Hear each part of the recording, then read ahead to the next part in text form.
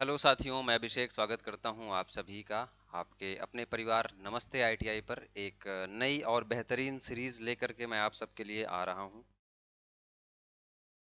Series को हम लोग एकलव्य नाम से जानेंगे। एकलव्य क्यों? क्योंकि अब गुरु शिष्य का काम आप ट्रेनिंग ऑफिसर आईटीआई में पढ़ाने जाएंगे, तो एकलव्य द्रोणाचार्य की कहानी आप सबको पता होगी। तो ये एकलव्य सीरीज मैं आप सबके लिए लेकर के आ रहा हूँ। डीजल मैकेनिक है ना, डे 1। ये आज पहला दिन है क्लास की। तो इसमें हम लोग सिलेबस के बारे में समझेंगे, क्या हमको पढ़ना है, और ट्रेड इंट्रोडक्शन।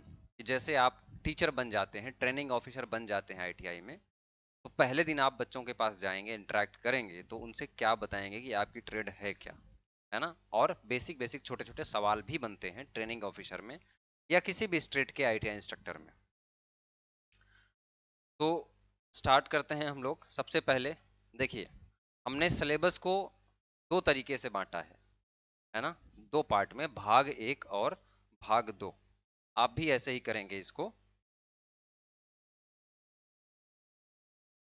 पार्ट 1 और अगला सिलेबस आपका क्या है, पार्ट पार्ट 1 में हमने मैकेनिक डीजल के कोर सब्जेक्ट्स को रखा है। कोर सब्जेक्ट्स मतलब कि इंजन के भाग, इंजन के बारे में, इंजन के सभी पार्ट्स के बारे में अध्ययन करना एवं उनसे जुड़ी हुई सारी युक्तियों के बारे में पढ़ना। जैसे पार्ट 1 में जो हम लोग कवर करेंगे, सबसे पहला हमारा क्या रहेगा, ट्रेड परिचय, जो कि आज हम लोग पढ़ने भी वाले हैं। उसके बाद व्यावसायिक सुरक्षा व स्वास्थ्य, है ना, व्यावसायिक सुरक्षा व स्वास्थ्य। इसी में हम लोग आग के प्रकार, आग एवं अग्निशामक यंत्र भी देख लेंगे। अग्निशामक यंत्र, है ना। तो ये चैप्टर नंबर 1 हो गया आपका। दूसरे चैप्टर में आपको क्या पढ़ना है, ऑटो का उद्योग, ऑटो इंडस्ट्री। जैसे टोयोटा हो गया, महिंद्रा हो गया, है ना, आप फॉर्च्यूनर देखते हैं टोयोटा की, इनोवा देखते हैं टोयोटा की। उसके बाद सुजुकी हो गया, मारुति सुजुकी का कैसे विकास हुआ, कौन कौन सी कंपनियां हैं। जैसे वियतनाम की एक कंपनी फोर्ड है ना, इको स्पोर्ट, बहुत सारी उसकी गाड़ियां आती हैं। अभी किया आई है, जो कि हुंडई की मदर कंपनी है ना। दोनों हुंडई और किया एक ही कंपनी है। मतलब ऐसे इंडस्ट्रीज के बारे में हम लोग समझेंगे, क्योंकि मैकेनिक डीजल या डीजल मैकेनिक से, डीजल इंजन से या पेट्रोल इंजन से चलने वाले जो भी वाहन हैं, उन वाहनों की इंडस्ट्री के बारे में पढ़ना होगा हमको, अध्ययन करना होगा कि कैसे कैसे उनका विकास हुआ और कौन सी इंडस्ट्री इस टाइम पे कितने सीसी के इंजन बना रही है, कितने सिलेंडर की इंजन बना रही है। ये जनरल सवाल पूछे जाते हैं आप। तो सेकंड चैप्टर हमारा क्या होने वाला है, ऑटो इंडस्ट्री, है ना। ऑटो इंडस्ट्री के बारे में आपको पता होना चाहिए दोस्तों। उसके बाद हम लोग आते हैं अगले नंबर पे, तो इंजन का परिचय, इंट्रोडक्शन ऑफ इंजन। इंग्लिश और हिंदी दोनों में रहेगा, आईटीआई वाले बच्चों को भी कोई समस्या नहीं होगी, और अगर आपने डिप्लोमा और बीटेक किया है तो भी आपको कोई समस्या नहीं होने वाली है। उसके बाद डीजल इंजन एवं इसके अवयव, डीजल इंजन के बारे में समझेंगे, डीजल इंजन होता क्या है, इसका इंट्रोडक्शन समझेंगे। उसके बाद इसके छोटे छोटे कंपोनेंट, सारे पार्ट, जैसे कि सिलेंडर हो गया, सिलेंडर हेड हो गया, है ना, क्रैंक हो गया, क्रैंक सॉफ्ट हो गया, पिस्टन हो गया, रिंग हो गया, वाल्व हो गया, है ना।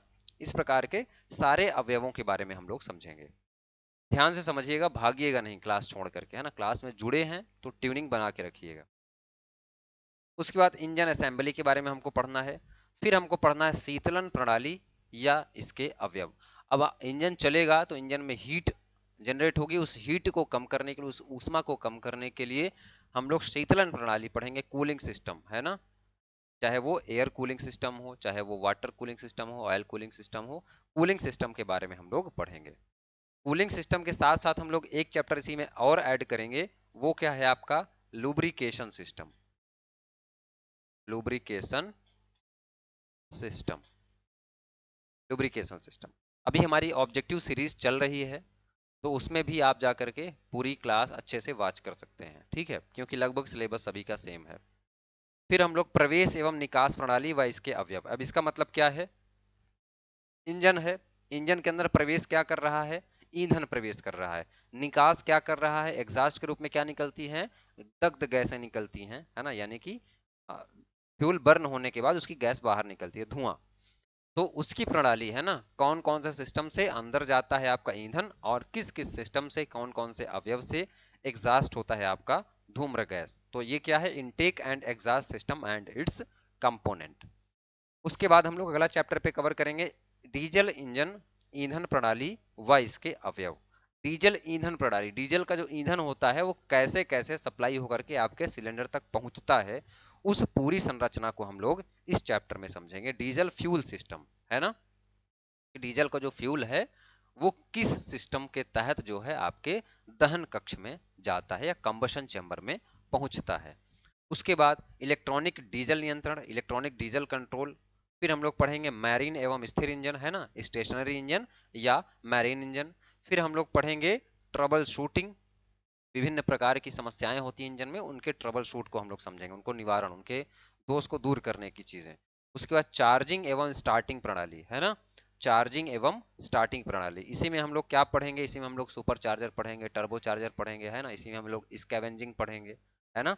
ये सारे सिस्टम को हम लोग इसमें कवर करेंगे। फिर हमारे पास क्या आ जाता है, उत्सर्जन नियंत्रण, एमिशन कंट्रोल।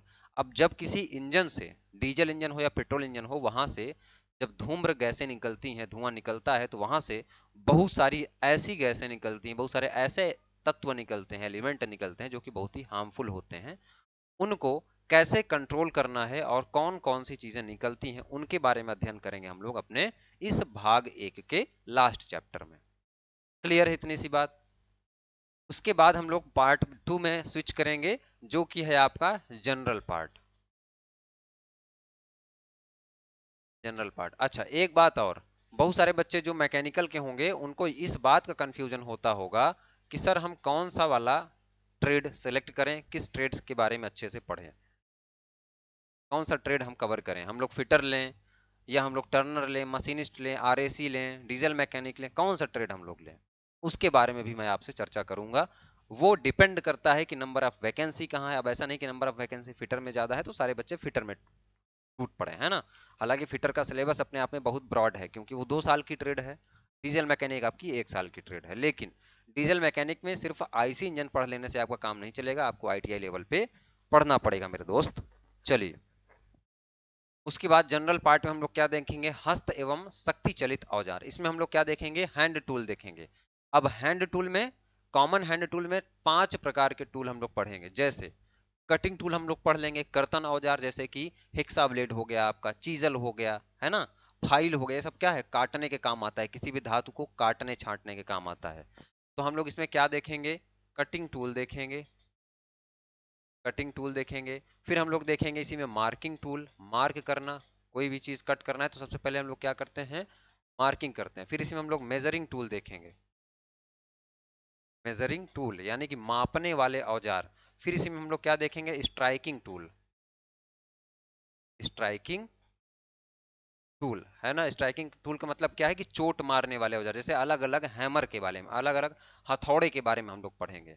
फिर इसी में हम लोग क्या पढ़ेंगे, होल्डिंग टूल, होल्डिंग टूल। अब किसी छोटे छोटे वर्कपीस को पकड़ करके उसमें किसी भी प्रकार का ये सब ऑपरेशन करने के लिए उस ऑब्जेक्ट को पकड़ना होता है। जैसे बेंच वाइस आपकी हो गई, तो अलग अलग प्रकार की वाइस होती है, जैसे कि पिन वाइस होती है, बेंच वाइस होती है, लेग वाइस होती है। उसी प्रकार से क्लैंप होता है, जैसे आपका सी क्लैंप होता है। तो ये सारी चीजें किस में आ जाती हैं, आपकी होल्डिंग टूल में आ जाती है। तो ये हम लोग इस चैप्टर में कवर करेंगे, किसमें, हस्तचलित एवं शक्ति औजार। अब शक्ति औजार में जैसे पावर शाह, अलग अलग प्रकार के पावर से चलने वाले औजारों के बारे में हम लोग पढ़ेंगे।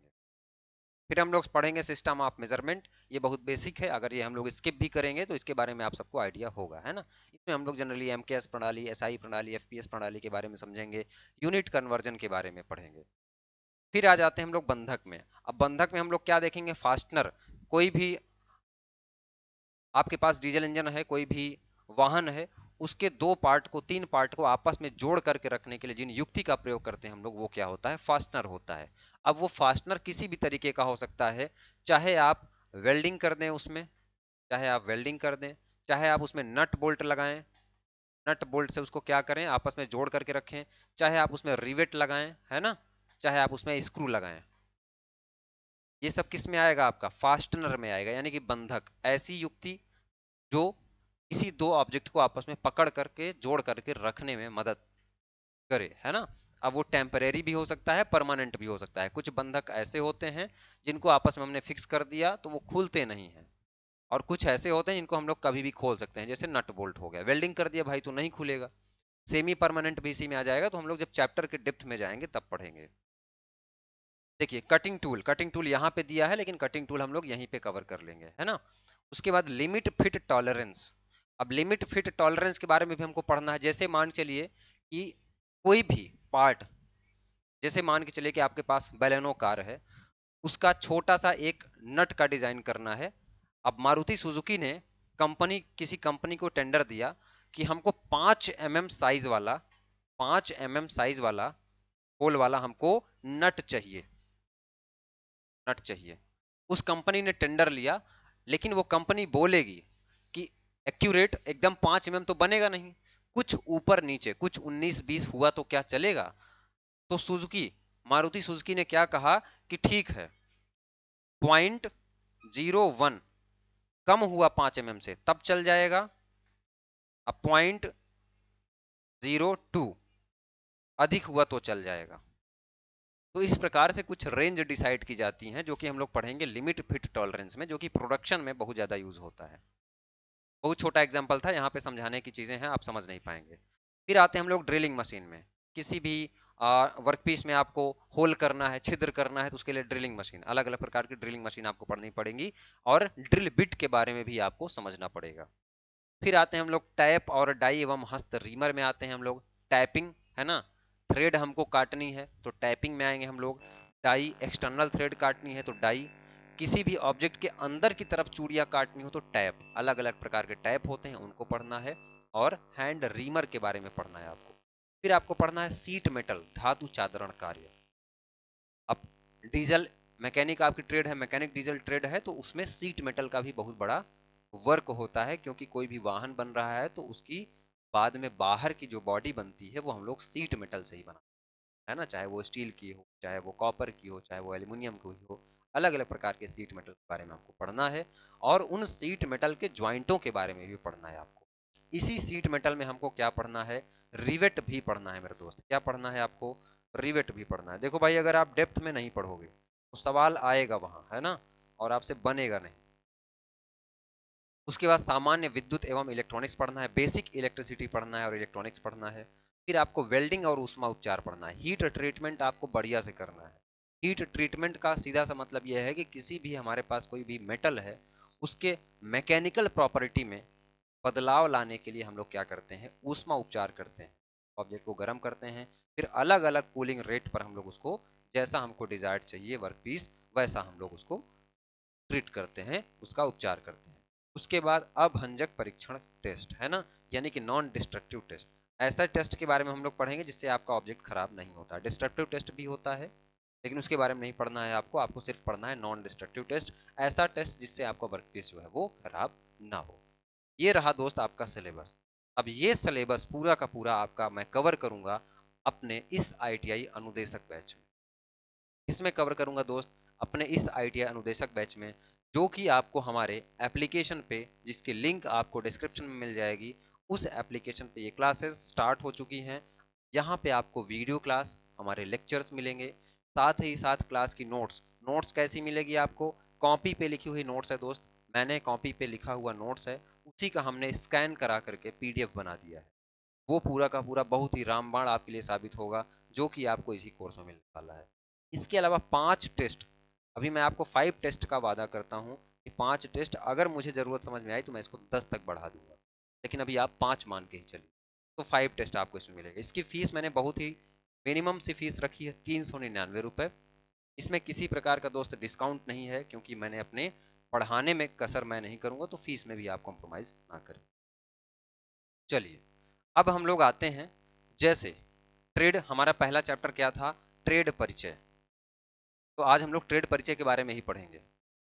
हेडिंग डाल सकते हैं आप लोग, ट्रेड परिचय। हेडिंग क्या डालेंगे आप लोग,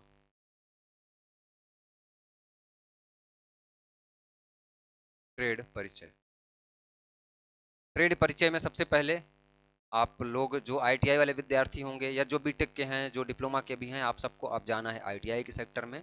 तो आईटीआई के बारे में आपको इंट्रोडक्शन लेना पड़ेगा। यहाँ से सवाल बनेंगे, इसके फुल फॉर्म पूछे जाएंगे, इनके बारे में कुछ डिटेल्स पूछे जाएंगे। जैसे सबसे पहले हम लोग आते हैं आईटीआई में। आईटीआई, आईटीआई का मतलब क्या होता है दोस्त, इंडस्ट्रियल ट्रेनिंग इंस्टीट्यूट, है ना, यानी कि औद्योगिक प्रशिक्षण संस्थान। फुल फॉर्म इसका लिखिएगा, बहुत बेसिक क्लास है ये, लेकिन यहाँ से सवाल बनेंगे आपके। इंडस्ट्रियल ट्रेनिंग इंस्टीट्यूट, इसको हम लोग क्या बोलते हैं? औद्योगिक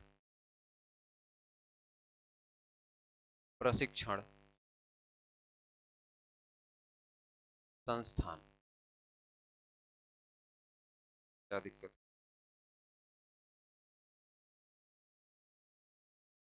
संस्थान। आईटीआई का मेन उद्देश्य ये रहा है कि जितने भी औद्योगिक हैं, जितने भी उद्योग हैं, वहां पे प्रशिक्षित कैंडिडेट को भेजना, उसके अलावा बेरोजगारी दर को कम करके स्वरोजगार के लिए भी युवाओं को प्रेरित करना, ये उद्देश्य होता है आपकी आईटीआई का। और 2018 की रिपोर्ट हम लोग माने तो देश भर में जितने आईटीआई हैं, चाहे वो आपके गवर्नमेंट हो चाहे आपके प्राइवेट हो, लगभग 14,953 आईटीआई हैं। कितने हैं दोस्त? 14,953 आईटीआई कॉलेज हैं। ये डाटा आपसे पूछ सकता है कि अब आईटीआई ट्रेनिंग ऑफिसर बनने जा रहे हैं, आईटीआई इंस्ट्रक्टर बनने जा रहे हैं, तो क्या है? 14,953 आईटीआई कॉलेज हैं। इन सभी आईटीआई कॉलेज में लगभग 123, कितना? लगभग 123 क्या है आपकी आईटीआई की ट्रेड होती हैं अलग अलग। 123 से 126, है ना? 123 से 126, 126 ही हो गई है ना? अपडेट हो चुका है, अभी नया अपडेट है, तो ये आपको पता होना चाहिए, पुराना चीज आपसे नहीं पूछा। 126 कितनी है टोटल ट्रेड है? अब ट्रेड का मतलब जैसे आपकी ट्रेड डीजल मैकेनिक है ना, वैसे ही फिटर हो गया, टर्नर हो गया, मशीनिस्ट हो गया, कोपा हो गया, प्लम्बर हो गया, कॉस्टमोलॉजी हो गया, है ना? इस प्रकार से टोटल कितनी ट्रेड है? 126 ट्रेड है। अब इन 126 ट्रेड में फिर से इन ट्रेड को क्या किया गया? डिवाइड किया गया। कैसे डिवाइड किया गया? एक तो इंजीनियरिंग में, एक नॉन इंजीनियरिंग में। तो 73 ट्रेड आपकी कितनी है? कौन सी है आपकी? इंजीनियरिंग है। और 48 ट्रेड आपकी क्या है? Non engineering. नॉन इंजीनियरिंग 73 और 48 का रेशियो है मेरे दोस्त, है ना? अब आप कहोगे कि अभी भी, हाँ, अभी भी आपके पास 5 ट्रेड बच चुकी है। वो 5 ट्रेड कैसी है? इंजीनियरिंग ट्रेड का मतलब ये है कि मैकेनिकल इंजीनियरिंग की शाखा से, किसी भी इंजीनियरिंग विभाग की शाखा से जो निकल करके ट्रेड आई, उसको हम लोग इंजीनियरिंग ट्रेड बोलते हैं। जैसे फिटर आपकी कैसी ट्रेड है? इंजीनियरिंग ट्रेड है। डीजल मैकेनिक आपकी कैसी ट्रेड है? इंजीनियरिंग ट्रेड है। तो अब आप अपने ट्रेड के बारे में समझिए। आपकी जो ट्रेड है वो इस 126 ट्रेड में से, इस 126 ट्रेड में से मेरे दोस्त 73 इंजीनियरिंग ट्रेड है, उसी में से आपकी एक ट्रेड कौन सी है? आपकी डीजल मैकेनिक। डीजल मैकेनिक या मैकेनिक डीजल। 5 ट्रेड बच गई। ये 5 ट्रेड किसके लिए है? दृष्टिबाधित छात्रों के लिए। दृष्टिबाधित छात्रों के, क्लियर हुई इतनी सी बात? ये 5 ट्रेड किसके लिए है? दृष्टिबाधित छात्रों के लिए। आईटीआई के बारे में लगभग हमने डाटा आपको दिया।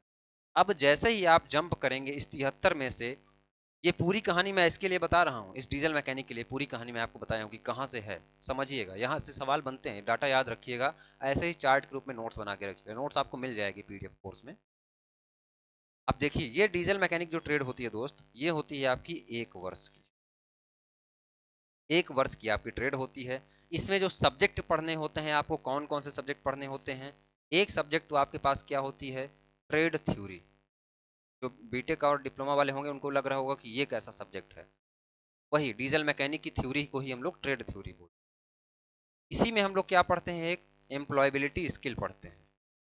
Employability skill. इसी में हम लोग क्या पढ़ते हैं? इंजीनियरिंग ड्राइंग पढ़ते हैं।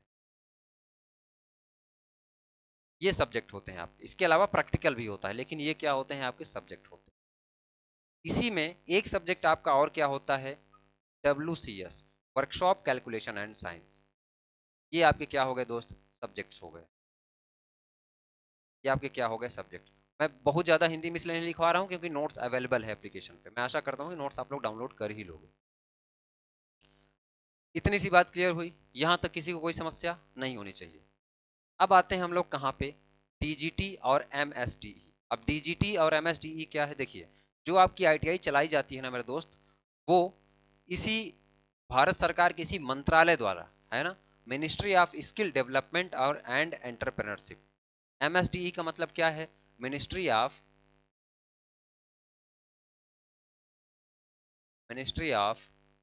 स्किल डेवलपमेंट एंड एंटरप्रेन्योरशिप, यानी कि उद्यमिता, है ना, एंटरप्रेन्योरशिप। डीजीटी का मतलब क्या है, उद्यमिता एवं कौशल मंत्रालय, कौशल एवं उद्यमिता मंत्रालय। और इस डीजीटी का मतलब क्या है, डायरेक्टरेट ऑफ जनरल ट्रेनिंग, है ना। क्या मतलब है इसका, डायरेक्टरेट ऑफ जनरल ट्रेनिंग। इसका क्या मतलब है मेरे दोस्त, डायरेक्टरेट ऑफ जनरल ट्रेनिंग।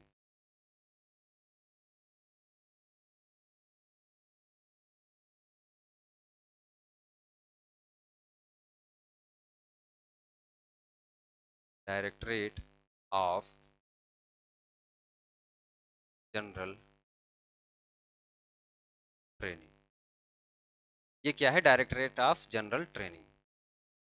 उसके बाद फिर आपके पास एक टर्म आता है क्या, सीटीएस। ये एक स्कीम है, इसी स्कीम के तहत हम लोग क्या करते हैं, आईटीआई करते हैं। सीटीएस, क्राफ्ट ट्रेनिंग स्कीम, क्या बोलते हैं इसको, क्राफ्ट ट्रेनिंग स्कीम। इसके बारे में भी आपसे पूछा जा सकता है, तो इसको हम लोग क्या बोलते हैं, क्राफ्ट ट्रेनिंग, क्राफ्ट्समैन या क्राफ्ट ट्रेनिंग स्कीम,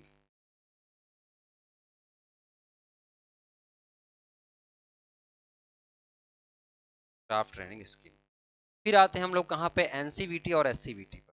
अब देखिए, जब आपने आईटीआई किया मेरे दोस्त, तो आईटीआई करने के बाद, आईटीआई आप कर रहे हैं तो आपका सिलेबस, आपको पढ़ना क्या है, ये कौन डिसाइड करता है, ये डिसाइड करेगा आपकी जो गवर्न बॉडी होगी, वो क्या होगी, NCVT, national council for vocational training, state council for vocational training.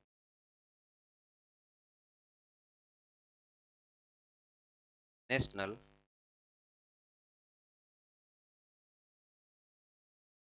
Council for vocational training. SCVT का मतलब क्या होता है, state council for vocational training. देखिए, एनसीवीटी और एससीवीटी आपको क्या देती है, प्रमाण पत्र देती है, सर्टिफिकेट देती है। अब एनसीवीटी ने अगर आपको जो सर्टिफिकेट दिया, जो प्रमाण पत्र आपको दिया, उसको हम लोग क्या बोलते हैं, एनटीसी बोलते हैं, यानी कि national trade certificate, national trade certificate. STC जो आपको देगी उसको क्या बोलेंगे हम लोग, state trade certificate, state trade certificate. SCVT आपको क्या देगी, एसटीसी देगी। एनसीवीटी आपको क्या देगी, एनटीसी देगी। ये सवाल पूछेगा, डायरेक्ट पूछ लेगा आपसे। उसके बाद आते हैं हम लोग एआईटीटी। अब देखिए, ये प्रमाण पत्र आपको मिलेगा कैसे, तो आपका एक एग्जाम होगा, क्या एग्जाम होगा आपका, all India trade test,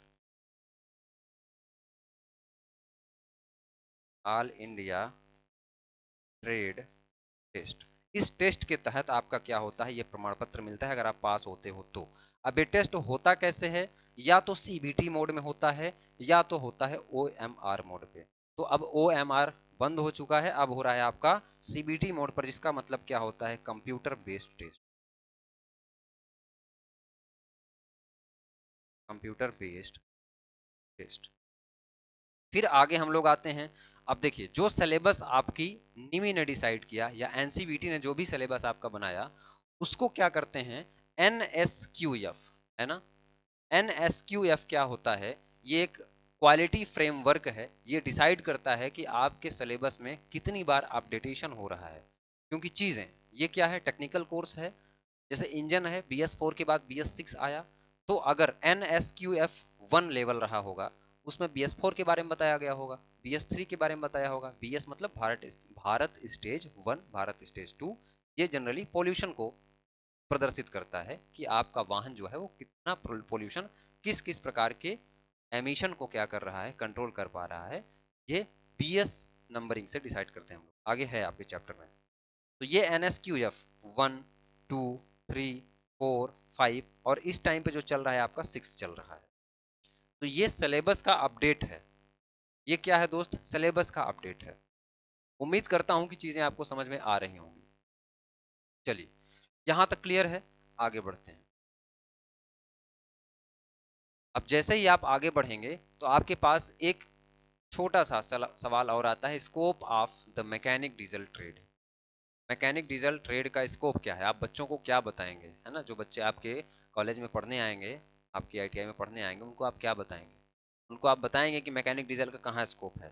mechanic diesel का स्कोप है, जैसे इंडियन नेवी में शिप बन रही हैं, वहां पे भी इंजन का काम हो रहा होता है। इंडियन रेलवे में, है ना? तो कुल मिलाकर के जितने भी सरकारी संस्थान हैं, थोड़ी सी समस्या आ रही है बोर्ड में, जितने भी गवर्नमेंट ऑर्गेनाइजेशन है, जैसे रेलवे, नेवी, इसके अलावा इसरो, DRDO, पार्क, इन सब में टेक्नीशियन पोस्ट पर लड़का जा सकता है।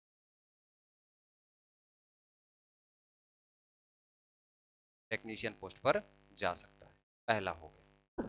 दूसरा नंबर क्या हो गया? दूसरा नंबर, वो स्वरोजगार भी कर सकता है।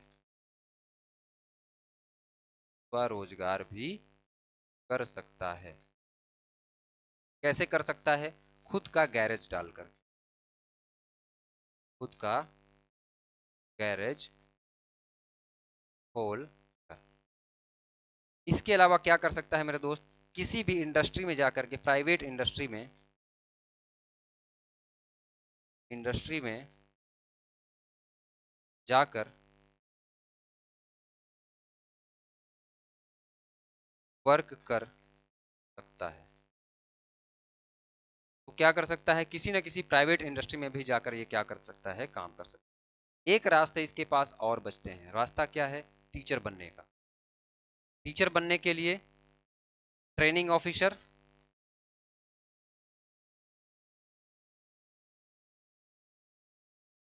ट्रेनिंग ऑफिसर या ITI इंस्ट्रक्टर।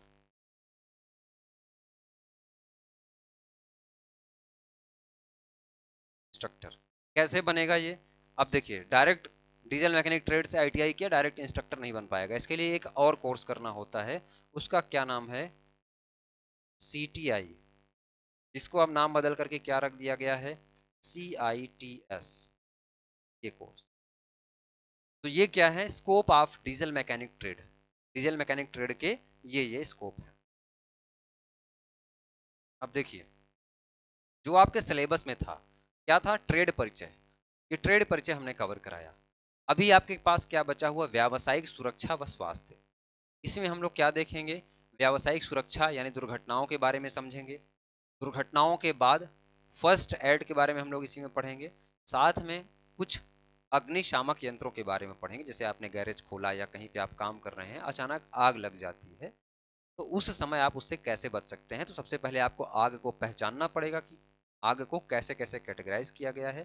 फिर आग को श्रेणी में बांटने के बाद आप ये डिसाइड करेंगे कि इसको बुझाना कैसे। क्यों? जैसे मान के चलिए कि अगर बिजली से आग लग गई, आप उसको पानी से बुझाओगे तब तो भाई गड़बड़ हो जाएगा, है ना? इसलिए आग के वर्गीकरण को हमको समझना पड़ेगा आग को बुझाने से पहले। आग को बुझाएं आप, इससे पहले आप ये जान पाएं कि आग कैसी आग है, किस चीज से लगी हुई है और इसको कैसे बुझाएं।